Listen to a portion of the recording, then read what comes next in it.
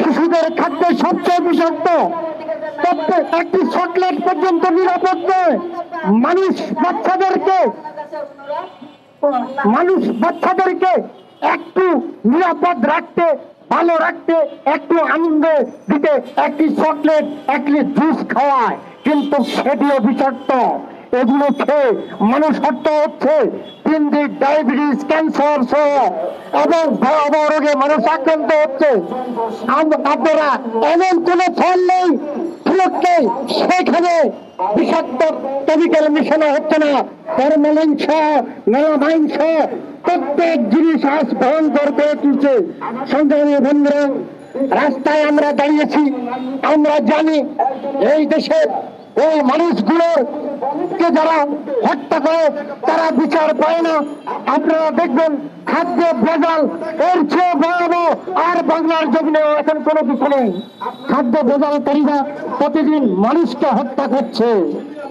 গুলি দিয়ে মানুষ হত্যা করা লাগে না, খাদ্য ভেজাল দিয়ে মানুষের যখন জীবন কেড়ে নেয়, মানুষ অমনি মৃত্যুর কোলে গলে পড়ে। বন্ধুগণ, আমরা জানি খাদ্য ভেজালকারীরা এই দেশকে শ্মশান বানাবে, গুরুস্থান বানাবে। সরকার বাহাদুর এই পর্যন্ত খাদ্য ভেজালকারীদের ধরে না কেন? আমরা নিয়মিত মোবাইল কোর্ট যেন চলে সেই দাবি জানাচ্ছি। মোবাইল কোর্ট চলতে হবে, খাদ্য ভেজালকারীদের ধরতে হবে। খাদ্য ভেজালকারীরা এই দেশ জনগণের দুশ্মন। তারা মানুষকে প্রতিদিন হত্যার, মৃত্যুর কোলে ঠেলে দিচ্ছে। এরা কারা? এরা মুনাফা অর্জন করে তার সন্তানকে খাওয়ায়। আপনি জানেন না, একজনের সন্তানকে হত্যা করে আরেকজনকে খাওয়ান, এটি কিসের আলাদত? বাংলার জমিনে কোনো খাদ্য ভেজালকারী থাকতে পারবে না।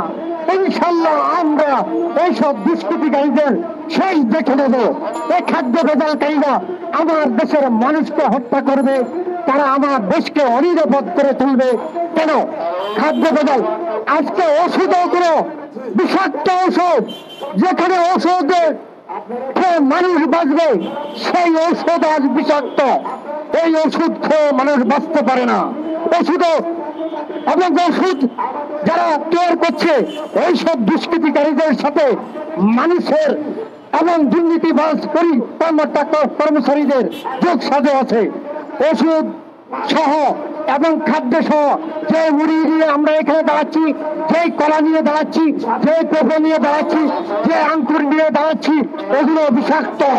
আপনারা জানেন প্রত্যেক ফলের মধ্যে, প্রত্যেক ফ্রুটের মধ্যে বিষাক্ত কিছু হচ্ছে। এগুলো কি আমরা জানি না। আমরা আমার আপনজনদেরকে প্রত্যেক দিন হত্যা করছি।